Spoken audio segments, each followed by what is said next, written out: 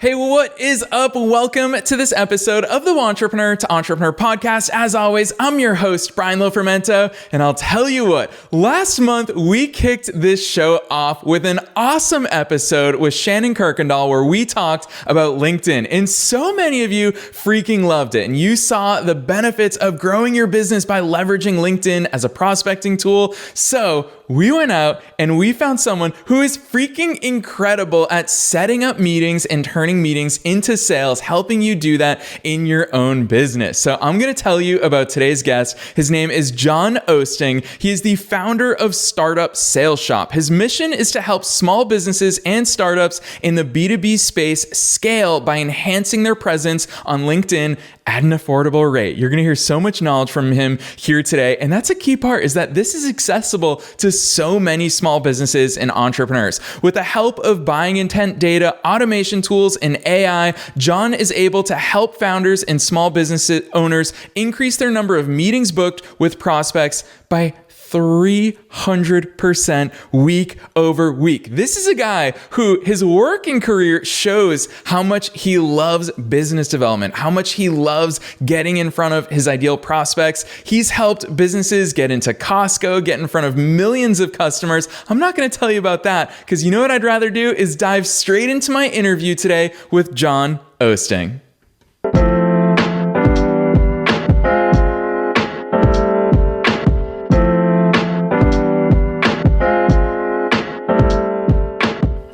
All right, Jon, I'm so excited for you to kick off June's episodes here. Welcome to the Entrepreneur to Entrepreneur podcast. Wow, Brian, thank you so much for having me today, and what a great intro. Heck yeah, no, I'm so excited because I'm really keen on all this stuff. I personally have not been active on LinkedIn for like a decade since I've been running my own businesses, but between you and Shannon, I'm totally feeling the heat and I am doubling down on that platform. I know you're going to teach us so much today, but before we get there, tell listeners, fill in those biography gaps for us. Who is Jon? Yeah, well, I would say that, Brian, I am a fun-loving, adventurous person who loves the outdoors first. I've got a wonderful partner of 6 years, Connor, who I love sharing my life with.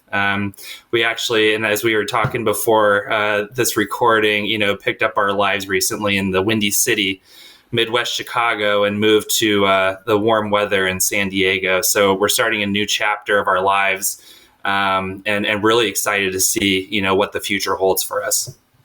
Heck yes. That's the thing. Listeners always love hearing about what we're geeking out about before we actually hit record for these sessions. And you're right. California is something that for sure unites us, our love for warm weather and the outdoors. You are actually coming to us from a lake house in Oklahoma right now, which I love the fact that you're living that lifestyle, which speaks a lot. Let's talk about that lifestyle. Let's jump right in there because I feel like you had such an awesome professional career that you were passionate about, Jon. That's the thing that stands out. The more that I read about your entrepreneurial journey is you were in a job that you actually loved and it had a natural exit, and now you get to do something that you love even more. Walk us through that professional career and how one thing naturally led to another.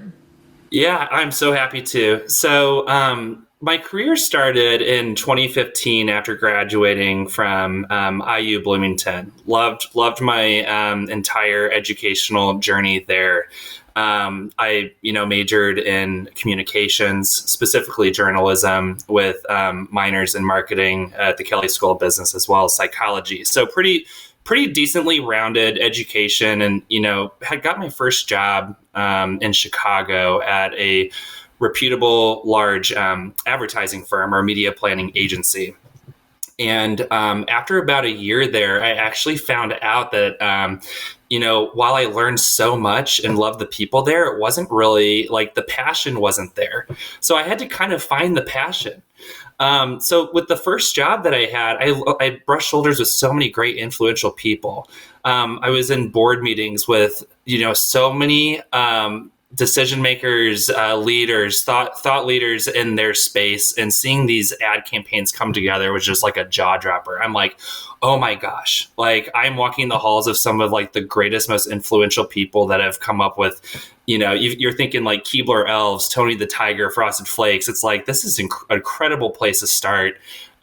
my career. But I felt like when I was waking up each morning to go to work, I felt like I was being kind of pulled out of bed, and I wasn't really intrinsically motivated to get up and do the work. And so I had to sit myself down one day and just like, is this really the path that you want to go after? And not only was I realizing this, but my company and my team was realizing this too.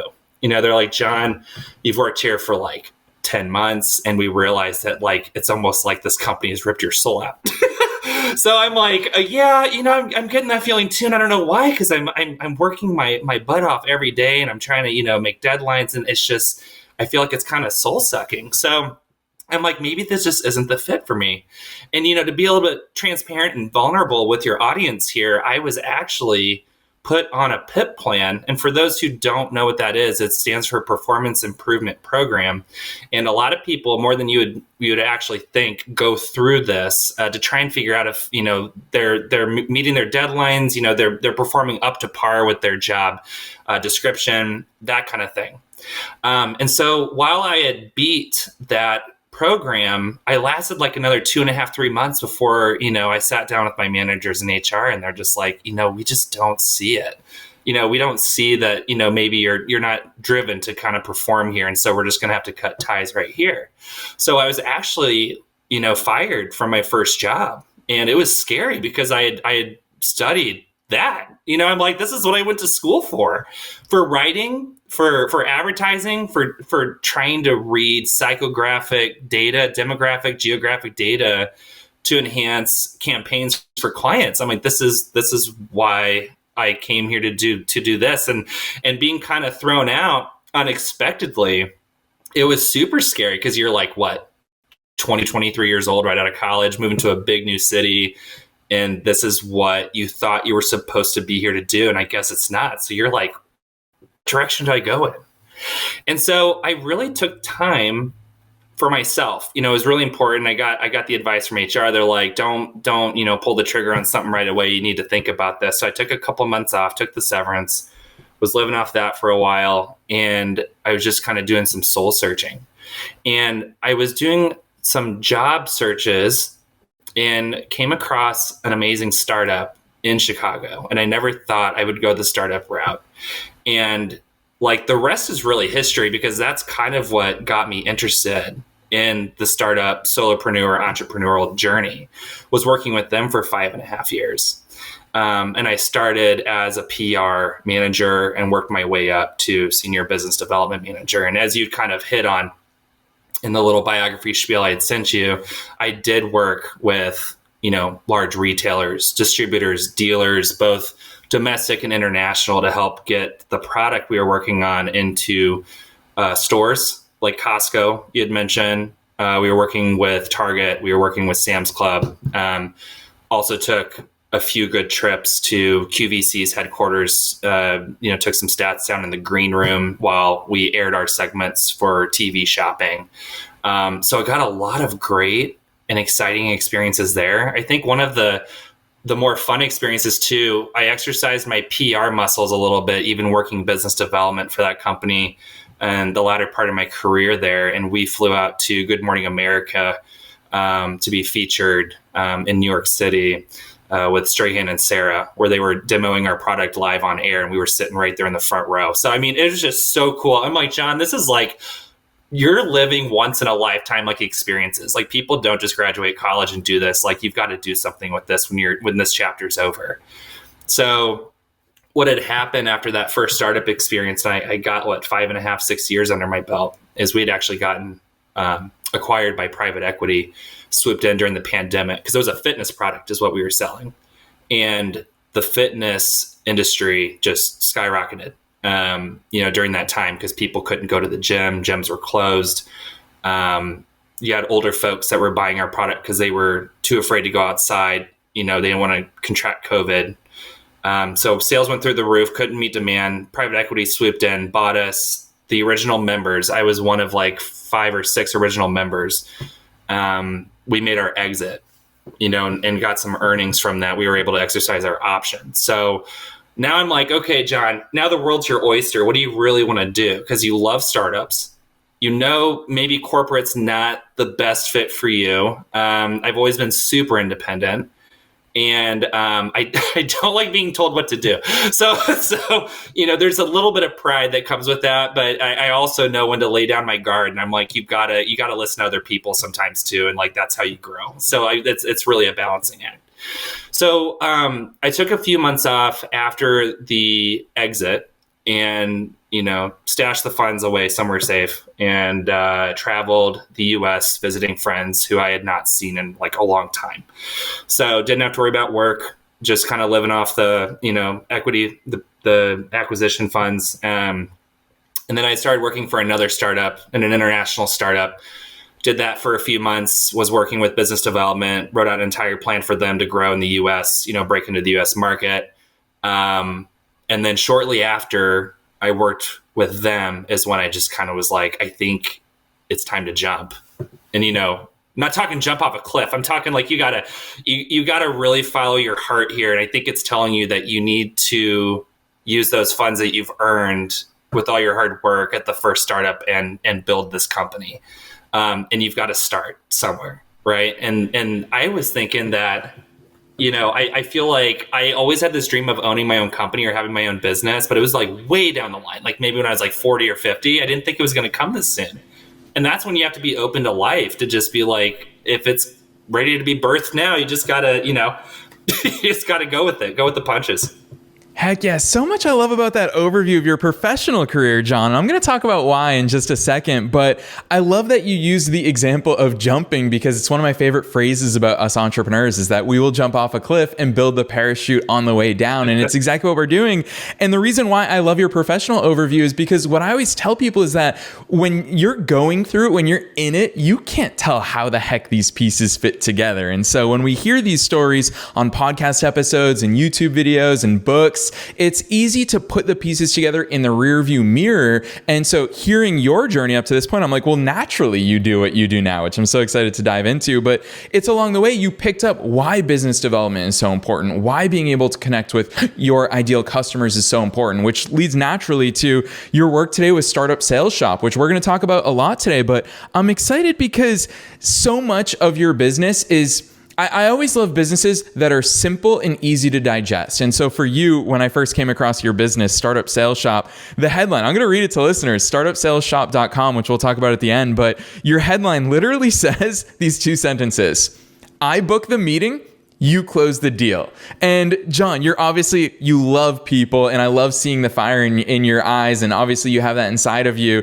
versus thinking about the fact that you were once at a job where you lost that spark, where you didn't have that fire, and you literally got fired. I think that's a fascinating part of your journey, because now you are lit up meeting or connecting with the ideal customers. Talk to us about the notion behind your business, and especially about that catchphrase, I book the meeting, you close the deal.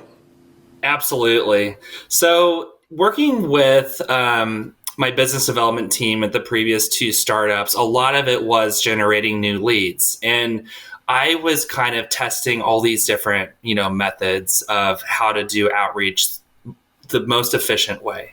Right. So you have your manual outreach, you've got your automated system. It's like, is the hybrid between the two the best? Am I being too long with my messages? Am I talking all about me and not enough about the prospect? Like, let them talk. So I kind of put all of the findings together, and I'm just like, okay, so I know I'm intrinsically motivated and passionate when it comes to relationships in life, whether it's personal or professional, just getting to know people. And I think that was honestly the starting point of Startup Sales Shop, because I'm like, whatever it is I do every day, I want to be motivated to get out of bed and push the boulder up the hill. I don't want to feel like I'm being tugged or pulled to do something I don't want to do.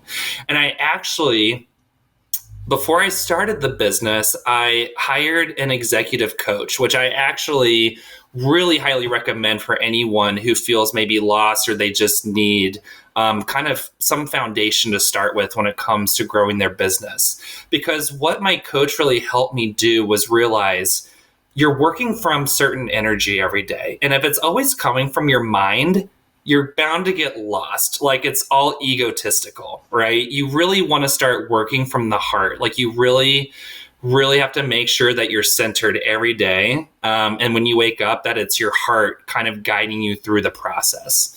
So, I kind of combine the passion, right? And then the experience and business development and what I've done on the more like brain level, I guess you could say. So I love the challenge of getting leads and closing deals and getting prospects from my clients. And, at the time, my employers working as a W-2 for the startups. But it's all driven by passion. If you just leave it to the, checking your checklists each day, like it's just not satisfying. I'm like, you've got to make sure that there's some heart-based motivation in your day-to-day. So I guess that's like in a nutshell, kind of how I've combined the two. And I've just found this really good balance of finding the best recipe for outreach, right? With my past experience, includes a little bit of manual effort, a little bit of automation for my clients, some content creation, as well as just being driven to really get to know my client, hop on the phone with them at least, once every couple weeks, once a month. It's all about the connection. It's all about the humanness, the human aspect. And that's what really drives me each day. Yeah. Jon, I love that overview of what you do. It's so much fun hearing it from your words, because you already dropped the one word that I was like, ooh, we got to talk about this today, which is the recipe. And so it's right on your website. You don't hide this fact. You talk about my multiple points to meet recipe. And we want to talk about that in just a second. But here's the thing that I hear as someone from the outside looking in on your business is, obviously we talk about lead generation a lot in marketing. Like, lead generation is such a hot topic, but I rarely see people, agencies, consultants, whatever it may be, solutions providers, service businesses, I rarely see them put as much emphasis on the meeting that you do. And I really like that, because when I work with new entrepreneurs, I always tell them, step one is like, if you don't have any paying customers or clients, go talk to 100 people, because I know that conversations lead to valuable feedback, valuable insights, understanding your ideal customer. And even if you're terrible at sales, conversations will lead to sales if you do enough of them. And so that's why I love how much you talk about not just lead generation, but actually getting meetings booked. Talk to us about that recipe. I'm super curious from the outside. Obviously, it's for selfish reasons, but of course, for all the listeners, walk us through that recipe, Jon. Absolutely. So, starting Startup Sales Shop, I was just like, oh my gosh, there's so many directions I could take this, but what is probably the most consistent, scalable solution for my clients, right? So I thought about it. I'm like, manual outreach works, but it is like exhausting. It's a full-time job. I used to do that for my employers, when I was a full W-2 working around the clock, trying to get meetings, just for prospects and trying to close some deals. And it was literally like, I'm sure that those of you listening who have done manual prospecting, like, you got your spreadsheet in front of you, you've got maybe the 200 decision makers in the industries you want to go after that week. You've got all of your messages with the fields left blank, like first name, company name, whatever, on a Word document, and you're just ready to go. You're just like, let's invite them to connect on LinkedIn. Let's use a tool that gives me their email address, and we can send them an email, copy and paste these messages. And then what happens is you fill in that spreadsheet, and you don't just have 1 week of effort. You've got like weeks. You got tabs open, right? And you got to go in and manually see like who connected with me, who emailed me back, what message do I send them here? And it's like a full-time SDR job, or sales development representative job. And so I'm like, if you want to bring on and dip your toes into a bunch of different businesses and help all these different clients in different industries, there's no way you can make that work. I mean, you're one human. And like, we're not superheroes, right? So we kind of gotta mesh the two. Like, what can we put the human touch on? And then what can we have running in the background to kind of help us with this effort? So it all starts with LinkedIn, honestly. And I explain it on startupsaleshop.com why I use LinkedIn. It's the number one social channel for business. Over 500 million, users, and it's growing every day. And I feel like more and more people have actually started to pick up on it. And I don't want to go off on a long tangent here, Brian, but the whole layoff stuff happening still today, where all these talented folks are being laid off left and right from their companies. It's so sad. They're turning to LinkedIn to get their next opportunity. And I've seen some really inspirational stories of folks who are getting more help from strangers on LinkedIn who are part of their network than they are from their own friends and family. And I'm like, okay, so LinkedIn is the place to be. I mean, it has been for a while when it comes to closing B2B deals and getting more B2B prospects to work with you and to partner with you. But now it's becoming more of just like a kind of I don't want to say casual community. I see it's kind of meshing with other forms of social media. Like I feel like people are becoming a little bit more lax about, what they post on LinkedIn. They're sharing more of their personal lives on LinkedIn than just leaving it fully professional. So that's what I love about LinkedIn too, is it's growing in the best of ways. It's bringing on that more, humanness, that human touch that everyone needs to feel like themselves, to kind of get the mask off, right? The figurative mask. So my recipe consists of starting, with LinkedIn and going from there. So what we do, and the way I start each client off is it's like a full turnkey system with what I have. It's like a done for you package. So I don't want them to have to do anything really, except for maybe review the copy with me. And then I just kind of, pull the trigger after their approval. But what we do is we write the copy for both LinkedIn campaigns as well as the professional email side of the campaign. And the reason why we use LinkedIn and email is that if there are two tabs that any, white collar professional have open on their desktop every day, are those two. It's going to be LinkedIn and it's going to be their professional email that they usually respond to within, every email within 15, 30 minutes, whatever it might be. So those two channels are up. And so we write the copy for them for both campaigns. And then there is a system that I use to pull the correct pool of prospects for them. So I'm very industry agnostic with my business. I've got clients in the employee benefits consulting space. I've got marketing experts, copyright experts. I've got an executive coach. I've got a insurance agent who likes to get in touch with real estate agents for their clients to extend his policies to their clients. Also mortgage lenders, we're trying to target them. It's amazing what you can do with this process. So what we do is we start by pooling those folks. And I want to say that the magic bullet of my process is using what's called buyer's intent data. And it's a relatively new thing. So what buyer's intent data helps us do is it's not just like, oh, we need this person with this job title in this location of the country or the world with this many employees that they're working with this amount of funding. No, it's not just that. It's also like they are actively searching for my client solution. So they're in the buying decision-making process, but they don't know that my client services or product exists. So we're trying to meet them at the right time. It's like low-hanging fruit.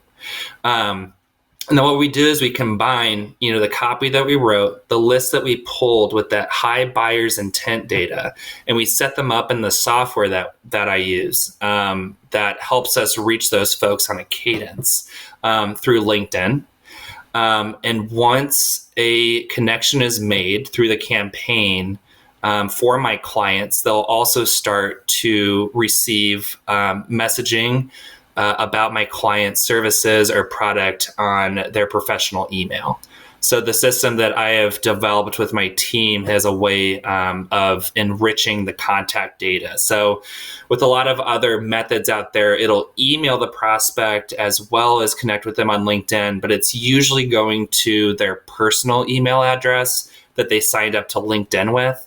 And what my system does is it's smart enough. It'll identify that personal email, scrape the web for their most updated professional email, and then send them the messaging from that. So they're getting hit from both professional sides. They're getting maybe one message or two messages a week from my client about my client's services and product while they're in the buying phase for said product or service, not only on LinkedIn Messenger, but also on professional email. And what we're seeing on average is after the campaign's fully realized, which honestly takes time. I know you had interviewed Shannon, and she kind of touched on this as well a couple weeks ago, where, it's like a drip campaign. It's not a fire hose campaign. We got some clients who come to me and they're like, John, we need like 15 meetings booked in the first week and the first month of working together. And I just automatically, I'm like, this is not the solution for you.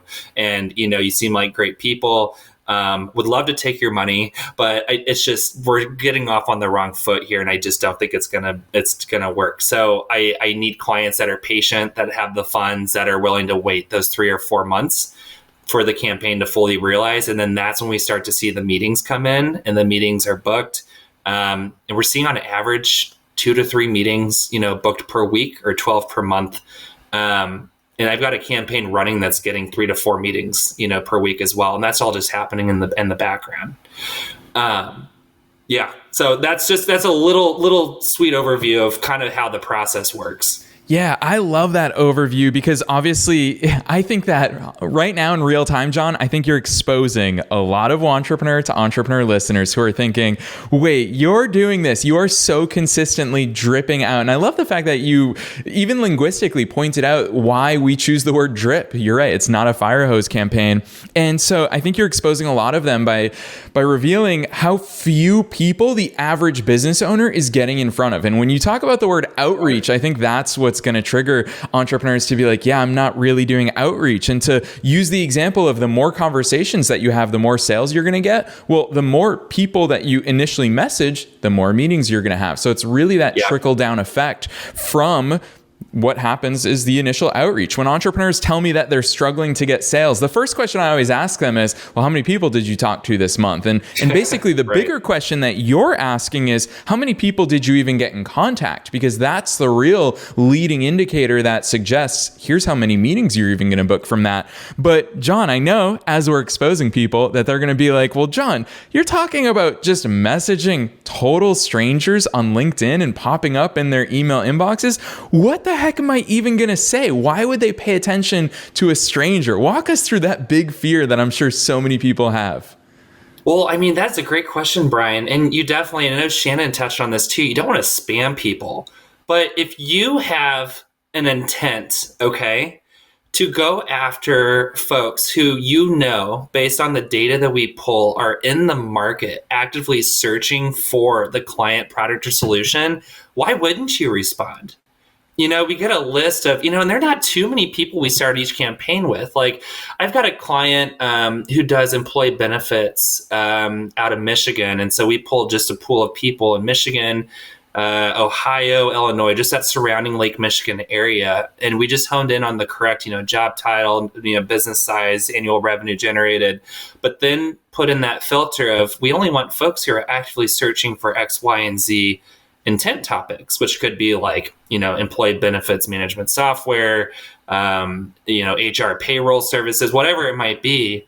And we get a really nice narrowed list of a few hundred people, and that's realistic. And you're like, we're not just going to go out and spam all these people. We want to really get in touch with them.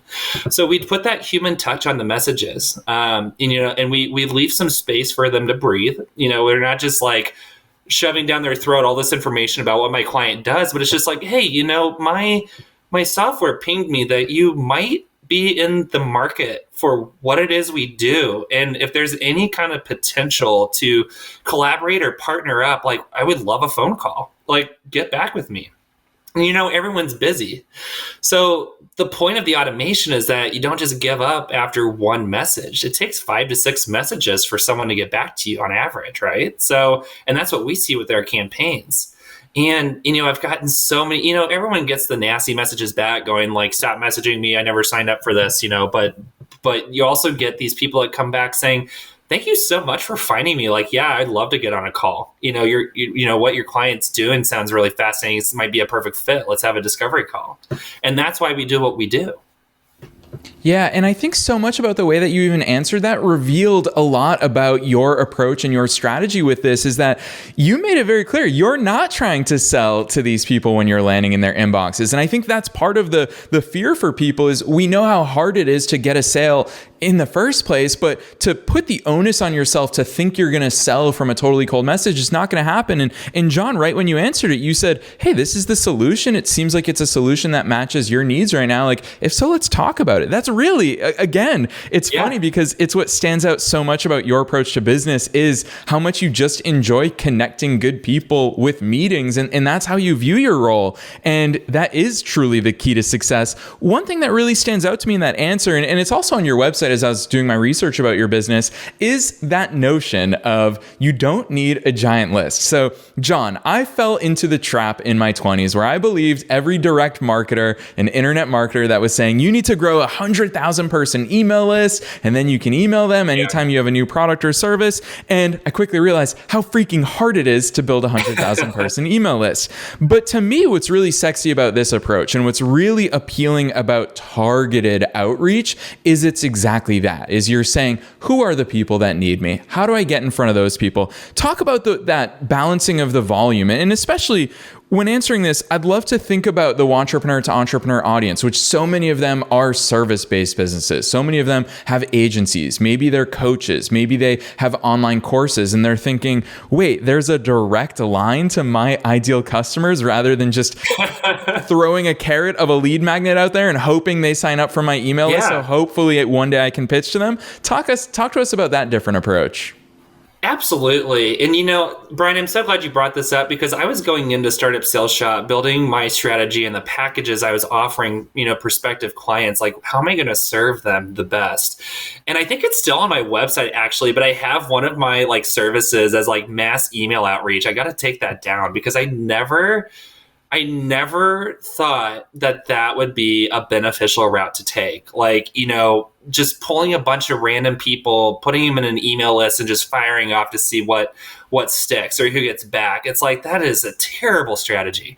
We did that a few times, working with previous startups, and it just never really worked. You get so much more out of it when you really hone in and concentrate and focus on the ideal market that you're after. And if they're in the market for your product and service, and that's what makes buying intent data so powerful. And I'd like to touch on the buying intent data part a little bit more because from my understanding, buying intent has been around for a while. I want to say maybe a decade. I don't know. But when it first came out, it was really hard to get access to. I mean, you'd have to be a big player in the industry, to get access to this data, paid, tens of thousands of dollars, if not a month, probably a quarter, just to have access to the databases. Now it's becoming more accessible for smaller agencies like mine, through third parties who kind of bake it into their, email finding software, whatever it might be. A couple examples, and I'm sure a lot of your listeners probably use these services. Apollo.io, absolutely love it. Another one I think is a leader in the space is ZoomInfo. I know recently they've acquired some companies that kind of help make that buying intent feature more accessible to their users. Those platforms aren't cheap either, but it's definitely, more accessible to the smaller guys like Startup Sales Shop and others. So when you have access to that and you use it the right way with the correct messaging at the correct cadence, through both automation and manual efforts, it is a very powerful tool. And you're going to get so much more ROI than doing that, with buying intent and the correct cadence of messaging and the proper written formula than you would be just kind of throwing your net out wide or casting the net out wide and see what fish you catch in this thing, And I got some prospects who are talking to me saying, "Oh, well, we understand your method. It looks really great and it's proven." We're talking to some other people who say they can get us 15 meetings a week, and I'm going to them saying yeah, okay, so quantity is one thing, but what's quality doing for you? What if 14 of those 15 meetings are just bogus?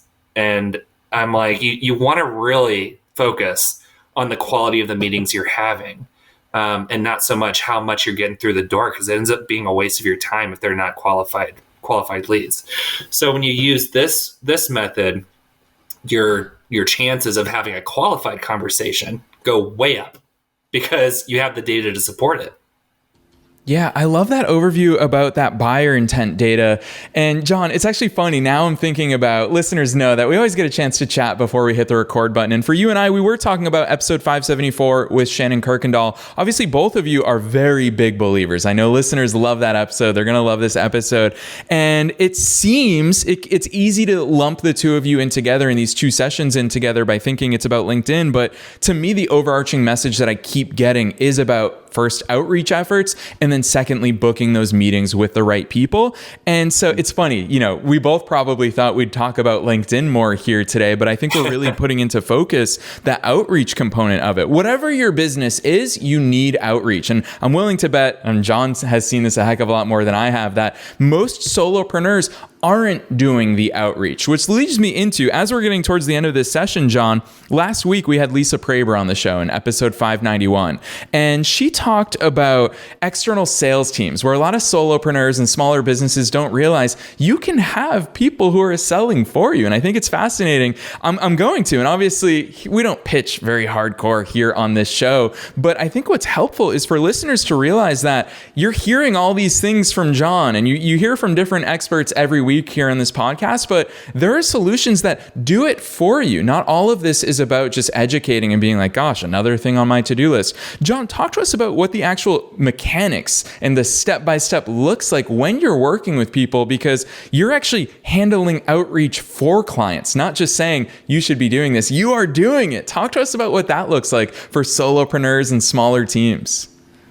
Oh, that's a great question, Brian. So, today in this economy, I feel like a lot of businesses, as we know, are cutting their budgets, they're laying off their workforce. It's definitely a high consideration to outsource what used to be in-house. Maybe a company had to cut their budget so much that they can't afford a full-time SDR to be working for them from inside, right? And SDRs on average cost anywhere between $55,000 and $80,000 a year after commission, bonuses, salary, and they're also a liability for the company. I mean, there are obviously some pros that come with or advantages that come with having a team member. You got to ask yourself, what is my priority for growing the business as a business owner? Is it creating culture? With inside the company office walls? Is it really just scaling as fast as possible? Like, is a W-2 necessary to do that? Do I feel like I have more control over a W-2 if, I require them to go to the office, 2 days a week, whatever it is, so I can talk to them in person, versus hiring someone like me? It's fully remote, but, I have this efficient process that is probably able to get just as many, if not more, results for the client than they would if they were to bring on someone, full time. So the process of onboarding a client, and forgive me if this was not your original question, but I think it was like, what are the mechanics of like onboarding a new client? Yeah, and also talking about, I'm sure a lot of people listening are just like, Jon, how are you going to go book me meetings? Like, do you know about my business? Do you know what to say? Like, right. Yeah, all those natural objections that I'm sure you faced a million times before. Yeah, so there's definitely a discovery phase. So I do my research. I find online who I think would be an ideal prospect. It's usually businesses who are actively hiring for an in-house SDR. I'll pitch them and say, look, I know you're hiring for this position, but I think I could do the same, if not better, at a fraction of the cost. And you only have to, hire me month over month. It's you can cut me loose anytime. I'm not having you sign a contract that keeps me on for 3, 6, 9 months, whatever it is. Although I do encourage them to keep me on for more than that, for more than 1 month, because it really takes time for these drip campaigns to pick up and to see results. So I do my background search. I do my homework. I'm like, do you think these people are going to be a good fit? And then it's obviously you got to get on the call and just talk with them, because there's only so much that a website or a LinkedIn page is going to tell you about the person. And it's not until you actually hop on the phone with them that you get to read their aura. What is it they're about? Do our values align? I really think it's important to work with people, with clients who have similar values as you. I know in an earlier stage of growing any company, you kind of just have to accept and take whatever comes at you, usually for like financial purposes. You've spent all this money getting everything up and off the ground. You might be a little bit in debt. You got to just take whoever comes your way, even if you don't get along with them, even if you don't see eye to eye on some things, or maybe their expectations are way out in left field, but you just try your best and do what you can do. And then once you get to a certain point, and you'll know when that is as a founder, when you can start being a little bit more choosy about who you think is going to work well with you. And then it's all just about, once you accept them as a client, getting to know them, you do your homework, obviously, have them send some materials over so you can, read through what is it that they offer their clients, what service are they providing, what product are they selling. And then you go and figure out how on earth am I going to use my system to help them get fully qualified, meaningful leads on a week by week basis by using that system that I explained earlier. Yeah, I like that, especially because I think the two magic words that you just gave us in that overview is system and process. And I think that's what's lacking, especially the smaller your team is. Entrepreneur to entrepreneur listeners, you know that I know all of you and love all of you. I love every time you guys email me. So if you haven't emailed me, don't be shy. Drop me an email, you listeners. But Jon, that's the thing that so many people are missing. And that is really the bridge there, is that when you can start backing up these things with processes, with systems, then you can start replicating it and duplicating it and really growing that way. So I love how much you've walked us through all of that. Gosh, we could probably talk. I didn't know that this would become such an outreach heavy episode, but I think that's the missing ingredient. And you're right. The vehicle can be different depending on what your business looks like. But for B2B businesses, LinkedIn is that vehicle through which to do this, and touching them on multiple platforms, coming into their work email inbox. That is super powerful stuff. So I love these overviews, Jon. We could probably talk about this for weeks on end, which you and I for sure will do, either in San Diego or here in Tampa in the not too distant future. But I always love giving guests the hard job. I've got the easy job. I just get to ask questions that I'm curious about. But I love guests trying to put a pretty bow on these episodes towards the end of them, because we talked about so many things and listeners are probably thinking, wait, this is a lot of stuff that I need to start thinking about. We talked about identifying your ideal buyer, leveraging that data, understanding how to get in front of them on LinkedIn and in their email inboxes. Jon, what the heck do you think that listeners should do from here to start implementing these growth efforts in their own businesses? So, I don't want to steal Shannon's advice, but it was honestly, when I was listening to the episode, I'm like, darn it, that's exactly what I was going to say. I'm like, because I'm such a LinkedIn centric, service, provider, for my clients, I'm like, you've really got to start with LinkedIn. And it all comes down to making sure that page of yours is pristine. Brush it up, brush up your tagline. I know one of the pieces of advice that she had given was, and I actually went in right after the episode and did it, was put your first and last name in the first name section, and then put kind of like what you do or some keywords or skills in the last name, so that when it comes to SEO, it really just pops up. But I think one of the things I do for my clients that's really beneficial is the tagline. And a good example of a client that I would work with before I start, actually enhancing or optimizing their LinkedIn page is, maybe they'll have like their job title, and maybe a brief description about what their company does, like SVP of business development. We help, clients save money, whatever it is. And then if you compare that to something that, and it's not to toot my own horn or anything, because, this is my profession, right? It's what I do. But if you look at my LinkedIn tagline, it's like founder, solopreneur, and you've got a few key skills or keywords that draw attention when people search, right? Because LinkedIn's just like a big, fancy professional search engine. So you want to make sure you can do everything you can to bring yourself to the top, when people are looking for, products, services, whatever. So I've got like lead gen, biz dev, and then basically what I do. So it's not just like, I'm a founder that helps generate leads. It's literally like, you got to throw some proof of concept numbers in there too. So it's like, I take the heavy lifting of outreach off my clients' shoulders by using buying intent data and AI to increase their meetings booked with qualified prospects by 300%. And that's going to go a long way for you. The other piece of advice I have too is, actively posting on your LinkedIn. It's always good to sit down maybe once a month and create a content calendar and make sure that these messages come from the heart. Make sure they're heart-based, because that's going to speak a lot more to your audience than just some like random statistic. And look, I'm guilty of posting that stuff too. Maybe I've got a really busy day. I have a hole in my calendar and I'm like, okay, I've got to find an interesting article on like Wall Street Journal that I can talk about that might like engage my audience, and just throw something out there. But I would say that posting something a couple times a week is better than just not doing anything at all, right? And a lot of founders get hooked up on, it's got to be perfect before you do something. But it's all about, I think James Cleary mentioned this in his book, Atomic Habits. It's imperfect action is way better than perfect motion.